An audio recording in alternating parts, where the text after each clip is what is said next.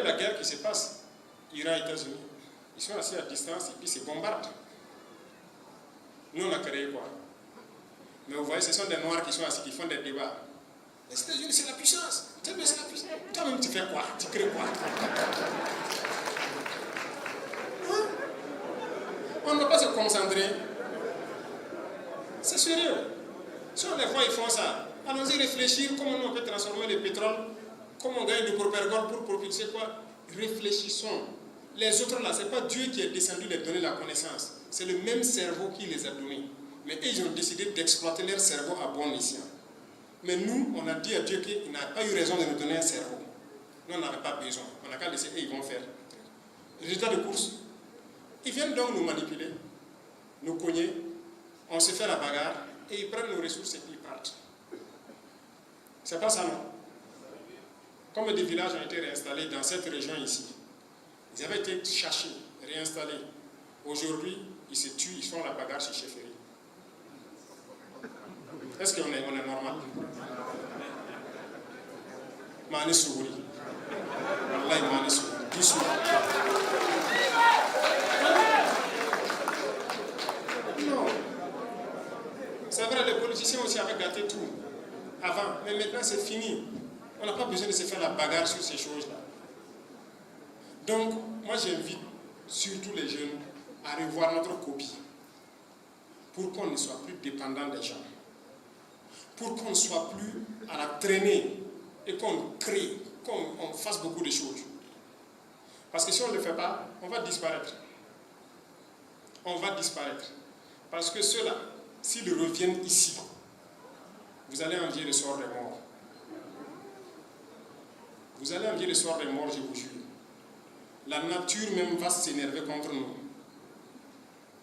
Si aujourd'hui il se met à pleuvoir de certaines manières, on n'a même pas de bonne canalisation. Ça veut dire qu'il suffit que le ciel pleure plus que d'habitude, toutes nos villes sont parties. Il suffit que la terre se fâche et tremble un peu, tous nos bâtiments s'effondrent. Parce qu'on n'a rien fait. Dieu a fait qu'on n'a pas ces catastrophes naturelles-là. Mais pourquoi on ne profite pas? Regardez aujourd'hui la situation géopolitique du monde. Les plus intelligents comprendront quelque chose. C'est la face de l'Afrique. Dieu a ouvert une fenêtre pour qu'on puisse s'en sortir. Mais les gens ne voient pas. Ils ne voient pas. Et quand nous on fait l'effort de parler, de sensibiliser, oui, les plus intelligents comprennent, mais vous verrez les idiots demain, ils vont nous insulter. Ils vont nous insulter, ils vont se moquer de nous. Parce qu'il y en a, il y a des nègres qui sont comme... Vous voyez, c'est comme si nous, on a vu des nègres enchaînés sous des arbres. Leurs maîtres les maltraitent, la nuit ils partent les enchaîner sous les arbres, ils sont couchés là-bas. On dit on va aller les sauver. On fait tout le combat nécessaire. Traverser les champs de mines, les barbelés et tout. On arrive, on enlève les chaînes et on dit les gars suivez-nous, on va partir. Certains vont vous suivre. Mais il y a des nègres là. Il va crier, oh maître, il est venu me sauver. Viens remettre ma chaîne parce que je ne veux pas de problème. C'est ça. Il y a des nègres comme ça. Faites tout ce que vous voulez pour le déchaîner. Il va crier, oh maître, venez, venez.